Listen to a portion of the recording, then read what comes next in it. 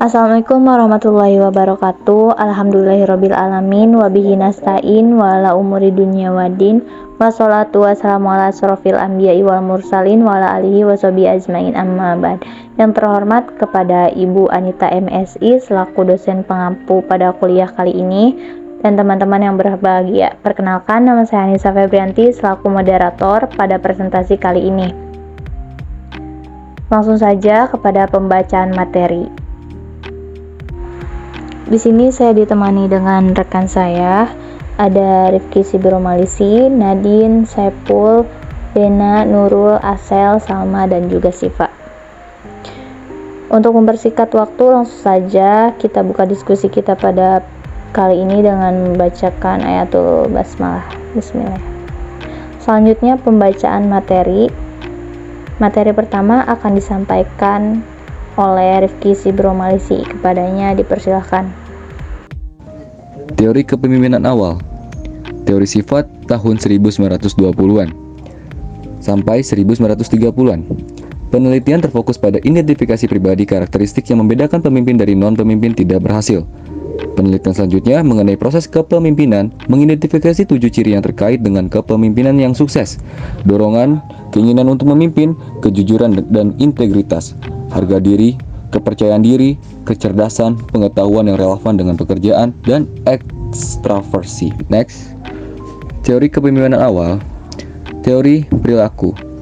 Studi Universitas Iowa, Kurt Lewin mengidentifikasi 3 gaya kepemimpinan. Pertama, gaya otokratis, otoritas terpusat, partisipasi rendah. Kedua, gaya demokratis, keterlibatan, partisipasi tinggi, dan masukan. Ketiga, biarkan itu terjadi dengan gaya manajemen lepas tangan.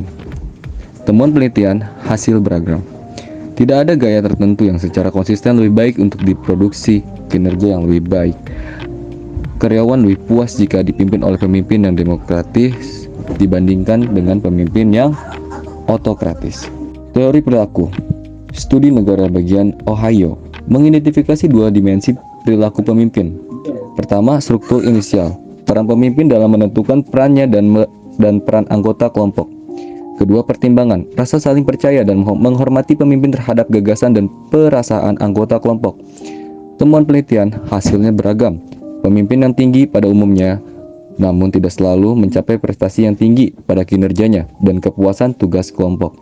Bukti menunjukkan bahwa faktor situasional tampaknya sangat mempengaruhi efektivitas kepemimpinan. Materi selanjutnya akan disambung oleh Gisaila Nadine Helsinki. Kepadanya dipersilahkan. Teori kepemimpinan awal. Ada teori perilaku. Studi Universitas Michigan mengidentifikasi 2 dimensi perilaku pemimpin. Yang pertama, berorientasi pada karyawan, yaitu menekankan hubungan pribadi. Yang kedua ada berorientasi produksi, yaitu menekankan penyelesaian tugas. Selanjutnya ada temuan penelitian. Pemimpin yang berorientasi pada karyawan sangat kuat dikaitkan dengan produktivitas kelompok yang tinggi dan kepuasan kerja yang tinggi. Selanjutnya, menilai gaya kepemimpinan menggunakan 2 dimensi. Yang pertama, kepedulian terhadap manusia. Yang kedua, kepedulian terhadap produksi. Menempatkan gaya manajerial dalam 5 kategori. Yang pertama, manajemen yang buruk. Yang kedua, manajemen tugas. Yang ketiga, manajemen tengah jalan. Yang keempat, manajemen country club. Yang kelima, manajemen tim. Manajemen country club perhatian penuh terhadap apa yang dibutuhkan orang untuk hubungan yang memuaskan, mengarah pada organisasi yang nyaman dan juga bersahabat sehingga suasana dan tempo kerjanya nyaman. Selanjutnya ada manajemen yang buruk, yaitu pengerahan upaya minimum untuk menyelesaikan pekerjaan yang diperlukan adalah sesuai dengan mempertahankan keanggotaan organisasi. Selanjutnya ada manajemen tim, yaitu pekerjaan yang telah diselesaikan berasal dari orang-orang yang berkomitmen, saling ketergantungan melalui kepemilikan bersama atas tujuan organisasi yang menghasilkan hubungan saling percaya dan juga menghormati. Manajemen tengah jalan, yaitu organisasi yang memadai, kinerja dapat dicapai dengan menyeimbangkan kebutuhan untuk terus bekerja dengan menjaga moral karyawan pada tingkat yang memuaskan. Yang terakhir, manajemen tugas, yaitu efisiensi dalam operasi dihasilkan dari pengaturan kondisi kerja sedemikian rupa, sehingga elemen manusia tidak mengganggu hingga tingkat minimum. Menurut University of Iowa, dimensi perilakunya yaitu ada 3. Yang pertama, gaya demokratis, yaitu melibatkan bawahan, mendelegasikan wewenang, dan mendorong partisipasi. Yang kedua, gaya otokratis, yaitu mendikte pekerjaan dengan metode terus memusatkan pengambilan keputusan dan membatasi partisipasi. Yang terakhir, yang ketiga, gaya laissez-faire, yaitu memberikan kebebasan kelompok untuk mengambil keputusan dan penyelesaian pekerjaan. Menurut Ohio State, dimensi perilakunya yaitu ada 2. Yang pertama, pertimbangan, yaitu memperhatikan ide dan perasaan pengikut. Yang kedua, memprakarsai struktur, yaitu menata pekerjaan dan hubungan kerja untuk memenuhi tujuan pekerjaan. Sedangkan conclusion-nya atau kesimpulannya, University of Iowa, gaya kepemimpinan demokratis adalah yang paling efektif meskipun penelitian selanjutnya menunjukkan hasil yang beragam. Menurut Ohio State, kesimpulannya, pemimpin tinggi-tinggi atau tinggi dalam pertimbangan dan tinggi dalam memprakarsai struktur dengan mencapai bawahan yang tinggi kinerja dan kepuasan, tetapi tidak dalam semua situasi. Selanjutnya akan disambung oleh Saiful Ridwan, kepadanya dipersilahkan.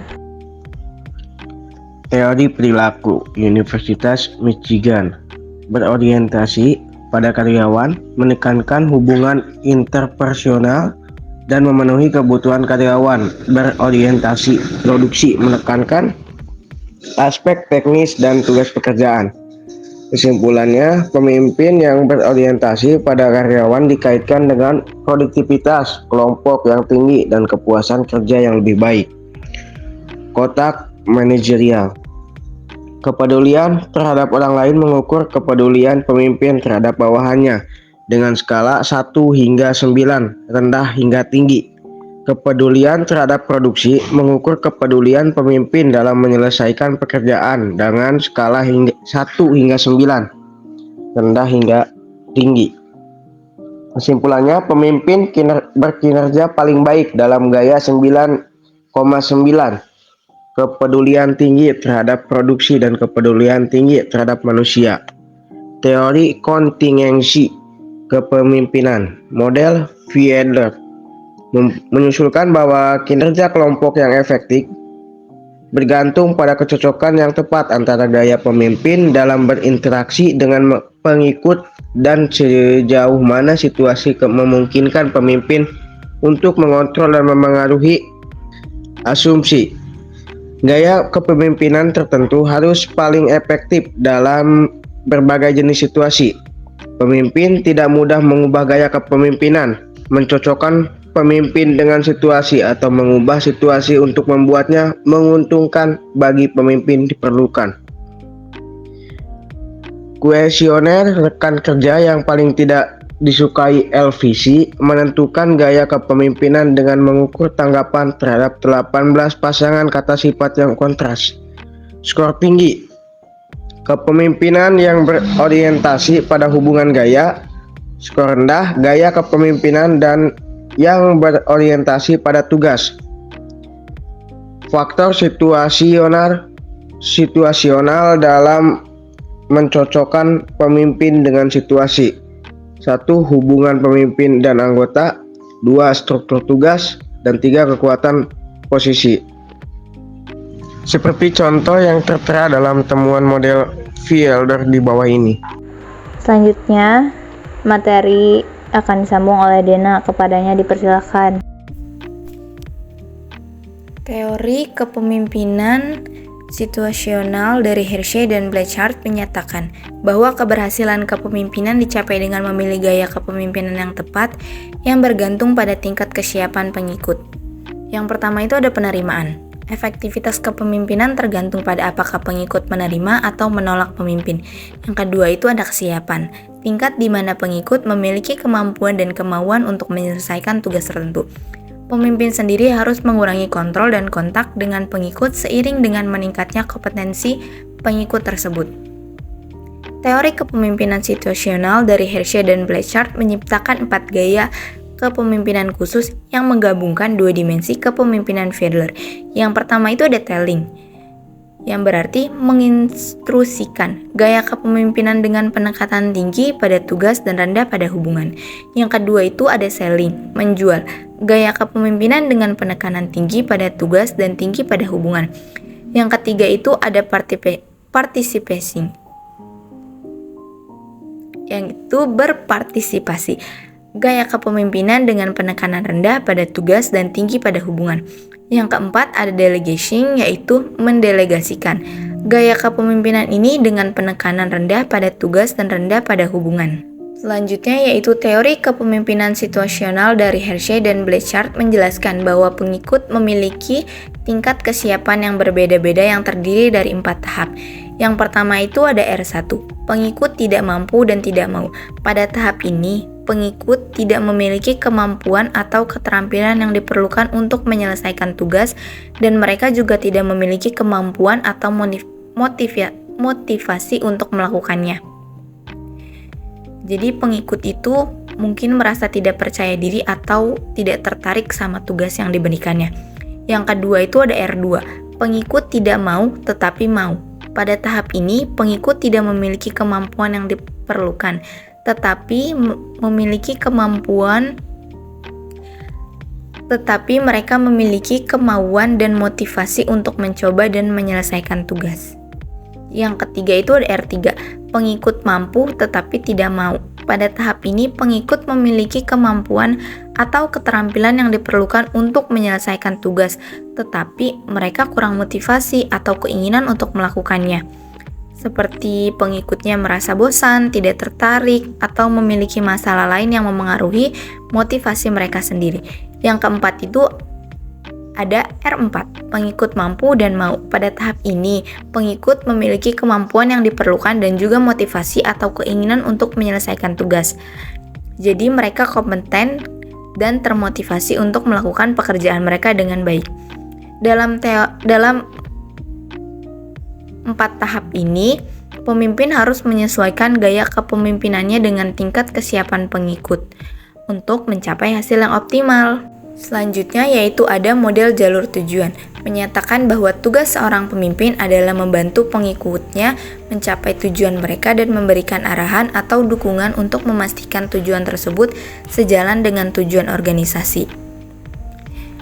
Yang pertama itu ada pemimpin direktif. Pemimpin direktif itu tersendiri yaitu memberikan instruksi yang jelas dan rinci tentang apa yang harus dilakukan. Yang kedua itu ada pemimpin suportif, yang berarti memberikan dukungan dan perhatian terhadap kebutuhan dan kesejahteraan pengikut. Yang ketiga ada pemimpin partisipatif, yaitu melibatkan pengikut dalam mengambil keputusan. Yang keempat ada pemimpin berorientasi prestasi, yaitu yang menetapkan tujuan, yang menantang dan mengharapkan kinerja yang tinggi dari pengikut. Selanjutnya akan disambung oleh Nurul Zanuba, kepadanya dipersilahkan. Teori jalur tujuan, faktor kongensi lingkungan, sistem otoritas formal, kelompok kerja, perilaku pemimpin, pengarahan, mendukung, partisipatif, berorientasi pada prestasi, faktor kontingensi bawahan, fokus kendali, pengalaman, kemampuan yang dihasilkan, hasil pertunjukan kepuasan. Pandangan kontemporer tentang kepemimpinan transaksional, Pemimpin yang membimbing atau memotivasi pengikutnya ke arah tujuan yang telah ditetapkan dengan memperjelas persyaratan, peran, dan tugas. Kepemimpinan transformasional. Pemimpin yang menginspirasi pengikut untuk melampaui kepentingan pribadi mereka demi kebaikan organisasi dengan memperjelas persyaratan, peran, dan tugas. Pandangan kontemporer tentang kepemimpinan karismatik, pemimpin yang antusias dan percaya diri, kepribadian dan tindakan mempengaruhi orang untuk berperilaku dengan cara tertentu. Ciri-ciri pemimpin karismatik: memiliki visi, mampu mengartikulasikan visi, bersedia mengambil risiko untuk mencapai visi, peka terhadap lingkungan dan kebutuhan pengikut, menunjukkan perilaku yang di luar kebiasaan. Pandangan kontemporer tentang kepemimpinan visioner, seorang pemimpin yang menciptakan dan mengartikulasikan visi masa depan yang realistis, kredibel, dan menarik yang memperbaiki situasi saat ini. Pemimpin visioner mempunyai kemampuan untuk menjelaskan visi tersebut kepada orang lain, mengungkapkan visi tidak hanya secara verbal tetapi melalui perilaku, memperluas atau menerapkan visi pada kepemimpinan yang berbeda konteks. Materi selanjutnya akan disampaikan oleh Asel Fahad Al-Farasani, kepadanya dipersilahkan. Pandangan kontemporer tentang kepemimpinan. Karakteristik kepemimpinan tim: memiliki kesabaran dalam berbagai informasi, mampu mempercayai orang lain dan melepaskan otoritas, memahami kapan harus melakukan intervensi. Tugas ketua tim: mengelola batasan eksternal tim, memfasilitas proses tim, pembinaan fasilitas penanganan masalah disiplin, meninjau kinerja tim dan individu pelatih, dan komunikasi. Peran kepemimpinan tim tertentu. Choose, liaison with external constitution, conflict manager, team leader roles, Bless Hold. Masalah kepemimpinan di abad ke-21 mengelola kekuasaan. Kekuasaan yang sah, kekuasaan yang dimiliki seorang pemimpin sebagai akibat dari posisinya. Kekuasaan yang bersifat memaksa, kekuasaan yang dimiliki seorang pemimpin yang menghukum atau mengendalikan. Menghargai kekuasaan, kekuasaan untuk memberi manfaat atau imbalan yang positif. Kekuasaan ahli, pengaruh yang dapat diberikan oleh seorang pemimpin sebagai hasil dari keahlian, keterampilan, atau pengetahuannya. Kekuasaan rujukan, kekuatan seorang pemimpin yang muncul karena sumber daya yang diinginkan atau sifat pribadi yang dikagumi seseorang. Mengembalikan kepercayaan. Kredibilitas seorang pemimpin, penilaian terhadap kejujuran, kompetensi, dan kemampuan seorang pemimpin dalam menginspirasi para pengikutnya. Mempercayai, merupakan keyakinan pengikut dan orang lain terhadap integrasi karakter dan kemampuan seorang pemimpin. Dimensi kepercayaan. Integrasi, kompetensi, konsistensi, kesetiaan, dan keterbukaan terkait dengan peningkatan prestasi kerja, perilaku kewarganegaraan organisasi, kepuasan kerja, dan komitmen organisasi.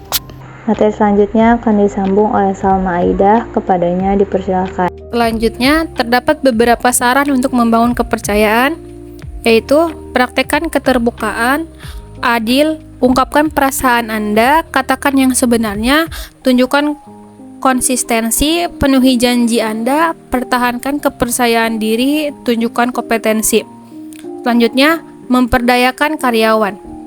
Pemberdayaan melibatkan peningkatan keleluasaan pengambilan keputusan pekerja sehingga tim dapat membuat keputusan operasional yang penting dalam membangun anggaran, menjadwalkan beban kerja, mengendalikan inventaris, dan menyelesaikan masalah kualitas. Mengapa memperdayakan karyawan? Respon yang lebih cepat terhadap masalah dan mengembalikan keputusan yang lebih cepat mengatasi masalah meningkatkan rentang kendali dalam meringankan manajer untuk mengerjakan masalah lain.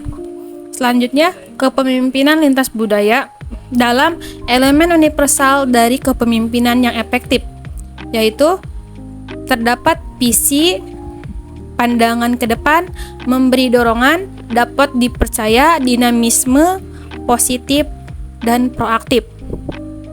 Selanjutnya, kepemimpinan lintas budaya pilihan temuan, yaitu ada para pemimpin Korea diharapkan bersikap paternalistik terhadap karyawannya. Selanjutnya, para pemimpin Arab yang menunjukkan kebaikan atau kemurahan hati tanpa bersikap apa-apa diminta untuk melakukan hal tersebut dipandang oleh orang Arab lainnya sebagai orang yang lemah.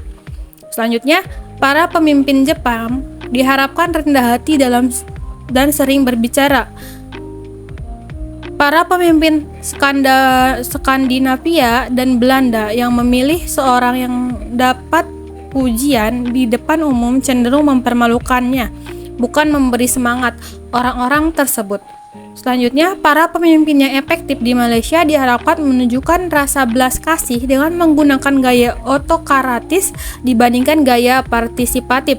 Selanjutnya, pemimpin Jerman yang efektif dicirikan oleh orientasi kinerja yang tinggi, rendahnya kasih sayang, rendahnya perlindungan diri, rendahnya orientasi tim, otonomi tinggi, dan partisipasi tinggi.